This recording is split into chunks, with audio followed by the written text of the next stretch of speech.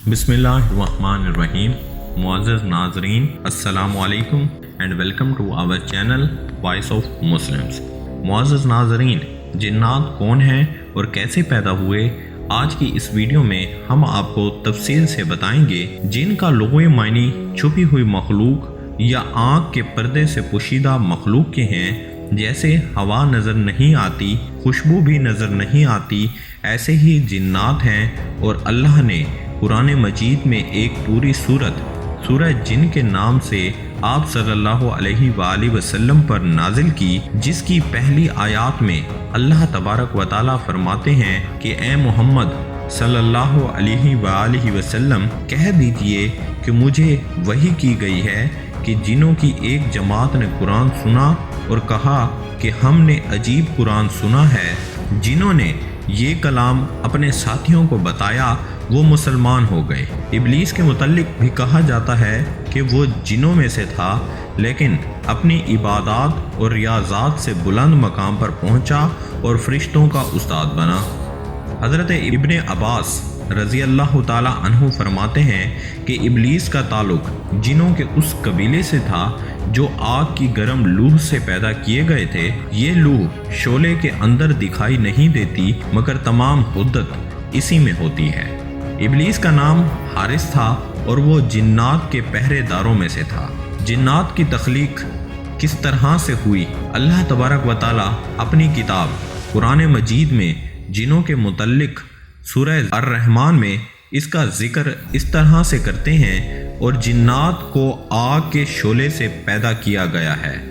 ابن کثیر کے متعلق مارج سے مراد سب سے پہلا جن ہے جسے پیدا کیا گیا، اور وہ ابول جن ہے. جیسے سب سے پہلے انسانوں میں حضرت آدم علیہ السلام کو پیدا کیا گیا، اسی طرح سے جنوں میں سب سے پہلے مارج کو پیدا کیا گیا. لغت میں مارج آگ سے بلند ہونے والے شعلے کو کہا جاتا ہے. جنوں کی اقسام. جنوں کی 3 اقسام ہیں.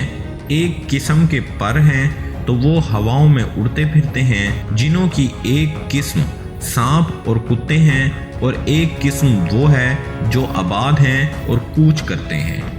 اللہ تبارک و تعالیٰ نے جنوں کو قوت اور قدرت بخشی ہے.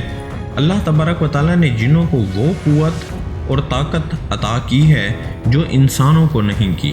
ارشاد باری تعالیٰ ہے کہ ایک قوی و ہیکل جن کہنے لگا کہ اس سے پہلے کہ آپ اپنی مجلس سے اٹھیں میں اسے آپ کے پاس لا کر حاضر کر دوں گا. یقین مانے کہ میں اس پر قادر ہوں اور ہوں بھی امانت دار. جس کے پاس کتاب العلم تھا وہ بول اٹھا کہ آپ پلک جھپکیں، میں اس سے بھی پہلے آپ کے پاس پہنچا سکتا ہوں. جب آپ نے اسے اپنے پاس پایا تو فرمانے لگے یہ میرے رب کا فضل ہے. یہ آیت حضرت سلیمان علیہ السلام کے دربار میں ملکہ بلقیس کے تخت لانے سے متعلق اشارہ کرتی ہے. جنوں کی خوراک کیا ہے؟ عبداللہ بن مسعود بیان فرماتے ہیں کہ نبی کریم صلی اللہ علیہ وآلہ وسلم نے فرمایا میرے پاس جنوں کا دائی آیا تو میں اس کے ساتھ گیا اور ان پر قرآن پڑھا اور فرمایا کہ وہ ہمیں لے کر گیا اور اپنے آثار اور اپنی آگ کے آثار دکھائے. نبی کریم صلی اللہ علیہ وآلہ وسلم سے ذرع رہا کھانے کے متعلق پوچھا تو انہوں نے کہا کہ ہر وہ ہڈی جس پر اللہ تبارک و تعالیٰ کا نام لیا گیا ہو وہ تمہارے ہاتھ میں آئے گی تو وہ گوشت ہوگی، اور ہر منگنی تمہارے جانور کا چارہ ہے. تو نبی کریم صلی اللہ علیہ وآلہ وسلم نے فرمایا ان دونوں سے استنجا نہ کرو، کیوں نہ کہ یہ تمہارے بھائیوں کا کھانا ہے. جنوں کی رہائش گاہیں اور جنوں کی اذیت سے کس طرح سے بچا جائے؟